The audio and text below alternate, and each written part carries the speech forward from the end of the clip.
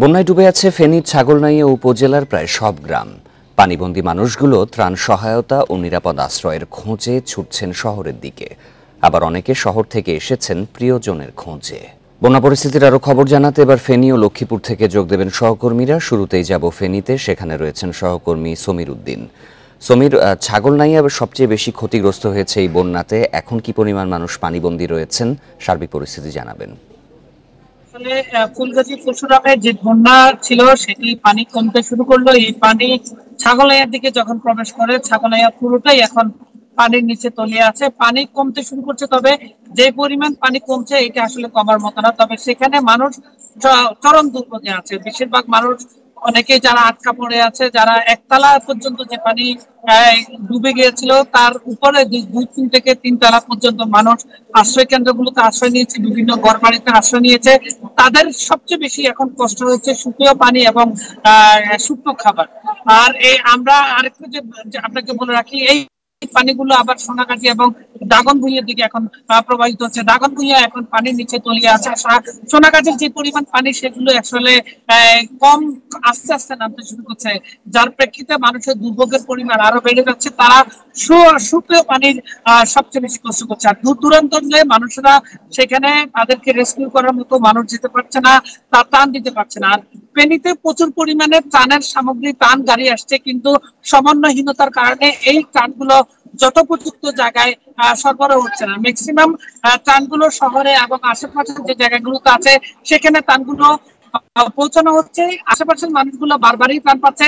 দুর্গম এলাকায় যে সমস্ত মানুষগুলো পড়ে আছে তারা আসলে সেই ত্রাণ পাচ্ছে না। তারা সুপেয় পানি, খাবার পানি বেশি সংকটে আছে।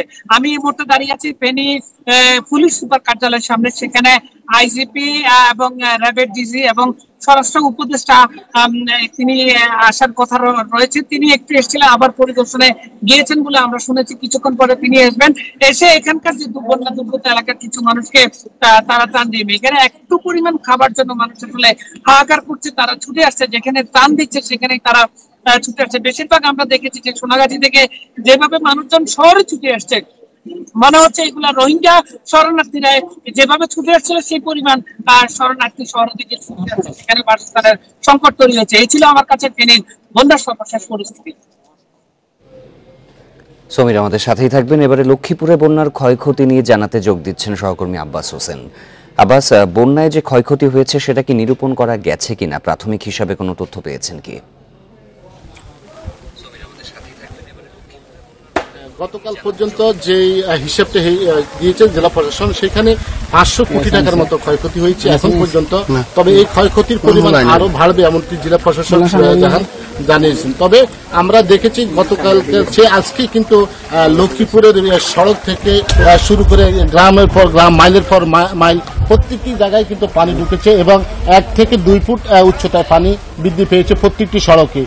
যেটি এখানকার নির্বাহী প্রকৌশলী পানি উন্নয়ন বোর্ডের নাহিদুজ্জামান, তিনিও এটি বলেছেন যে গতকালকের বৃষ্টি এবং যে নোয়াখালী এবং ফেনী যে পানি প্রবাহিত হওয়ার কারণে মূলত আজকে পানি বাড়ছে এবং এটি আরো কয়েকদিন এভাবে অব্যাহত থাকবে এবং যে বন্যার যে অবনতি সেটি আরো অবনতি হবে এমনটি পানি উন্নয়ন বোর্ডের পক্ষ থেকে বলা হয়েছে। তবে জেলা প্রশাসনের যে তালিকা অনুযায়ী এখন পর্যন্ত 6.5 লাখ মানুষ পানিবন্দী রয়েছে। তবে বেসরকারি হিসাবে সেটি 8 লাখের মতো পৌঁছেছে এমনটি আমরা বিভিন্ন সংস্থা থেকে তথ্য পেয়েছি।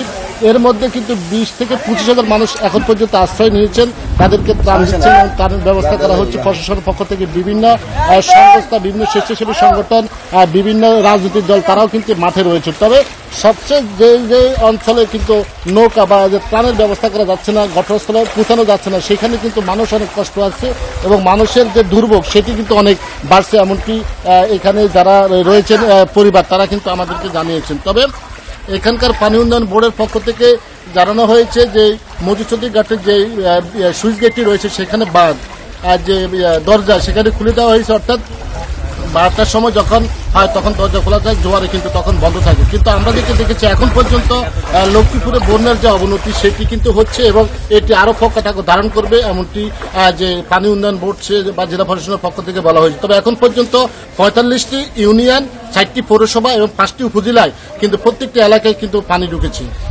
ফেনী ও লক্ষ্মীপুরের বন্যা পরিস্থিতির খবর শুনছিলেন সহকর্মীদের কাছে।